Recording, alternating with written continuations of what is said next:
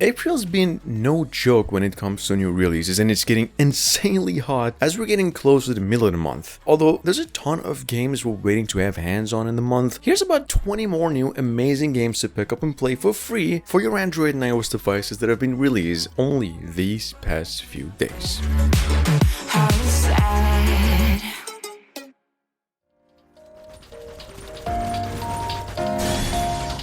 Been available on TapTap China, set to be coming out worldwide in about a month, in English possibly. At number 1 we have, from a tad over 48 hours ago, a third-person shooter and hack and slasher, AAA gaming quality, but coming as a first work of its developers, Gravitational Wave Studios. Here a game called Unreal Hunter. Here's the trailer. Just keep in mind this game's available for pre-register using the link below, and this is how it really looks.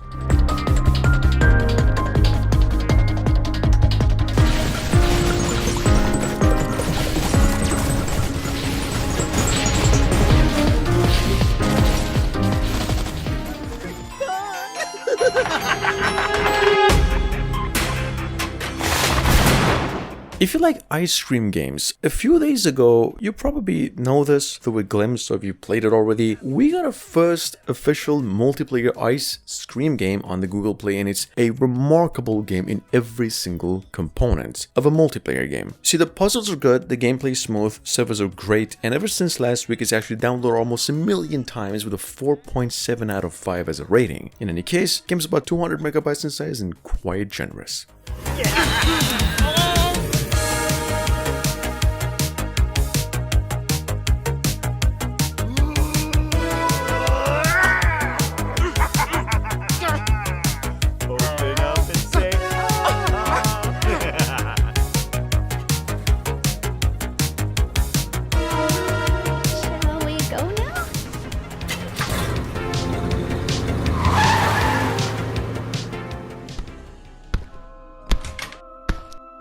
Speaking of horror games, we've got from only a week ago Play for Granny Part 4, well, almost a sequel to Play for Granny Grandpa, where you returned again here to prevent the prisoner from escaping the house. Well, you can now, you see, choose a granny, a grandpa, or granddaughter, and just scare the living hell out of your friends for good this time. One problem, this game has so much ads it's almost unplayable and still just a little buggy.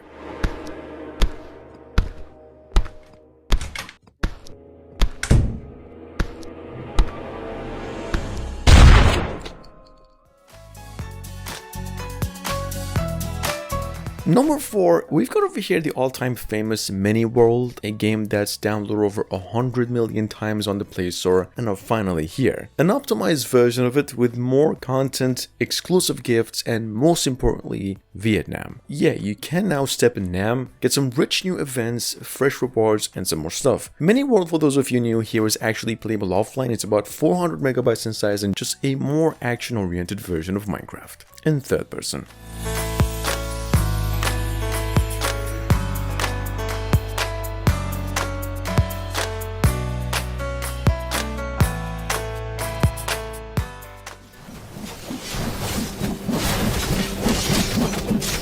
Sitting on the Play Store with a 4 out of 5 and almost 5,000 downloads is only a few days ago. Although been in its beta since January. At number 5 we have Dark Banquet, or some say Dark Disciples. Just here's a quick mention over here. The game is an action RPG, Diablo style top-down hack and slasher that's playable both online and offline. This is actually from the same developers of Forsaken World and League of Angels, so it's actually got support. In case you're going for this, about 1 gigabyte in size.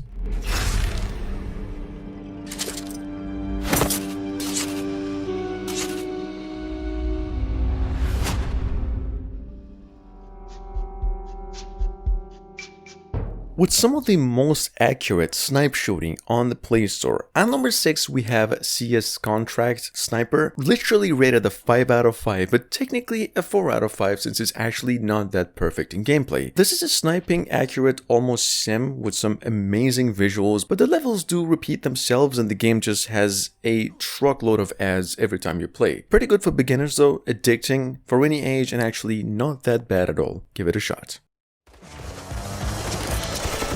as the single most underrated game of 2023 so far. At number 7, we have here from only days ago a game called Sniper Gun. This is a arcade-style shmup, kind of halfway a Nikki, the Infinite clone, and a little bit of just strategy shooters in nature. Sniper Gun Survival here is about 100 megabytes in size, it's free, downloaded only 100 times so far, and playable only online.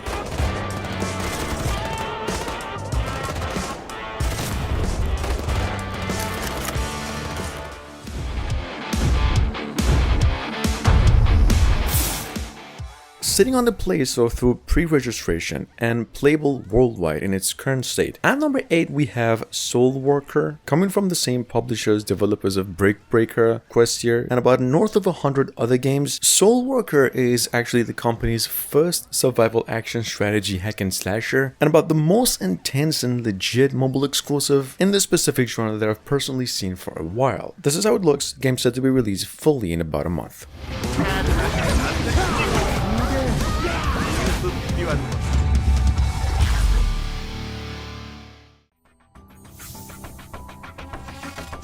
Speaking of pre-registered games, from the same people who brought Soul Worker, the game we just mentioned, we've got over here from no more than 3 days ago, something here called Legendary Master Idol. A martial arts based, to some extent, idle RPG and a hack and slasher, definitely a neck and a head above its competitors for a newcomer in genre. It's almost an action RPG and a fighting game, but with the idle game elements.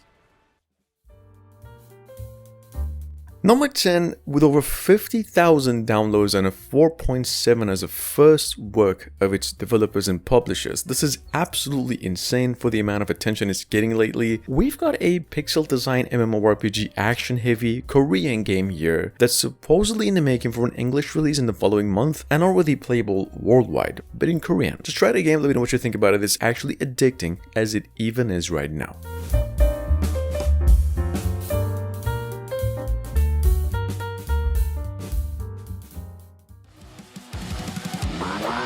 Really didn't want to do this, but since I'm a pixel design fanatic myself, the same developers, Mobile Rigs, same people behind Soulwork and Legendary Master, last week came out with the announcement of an action RPG Souls-like game going by the name Infinite Hero. Here's a trailer, take a look real quick. This game's available on the Play Store and already pre-registered about 50,000 times there.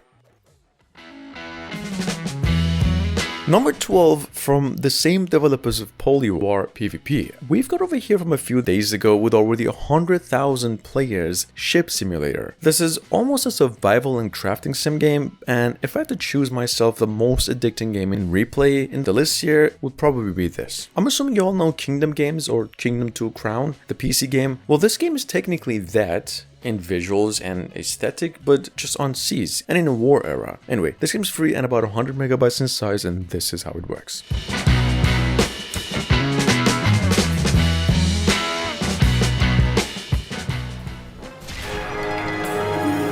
Coming as the first idle RPG of its just almost adult-rated visual novel Korean games. At number 13, we have Witch and Council. I like to think what you'd get by mixing Skullgirls, you know, the fighting game, with just a dash of idle heroes in combat and pace. But overall, you see just a cute mix and possibly the company's first fair attempt, as the other games are pretty just freaking evil to even look at.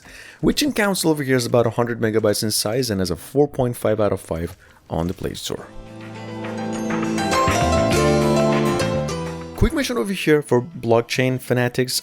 We've got an idle RPG blockchain based game here from a few days ago, and for once developers really know what they're actually doing with this kind of combo. You see, Soul Saver over here is about 100 megabytes in size. It's super nice in support. The developers actually know the way around blockchain games for over 20 years now, and this is the first attempt at a mobile exclusive. Take a look.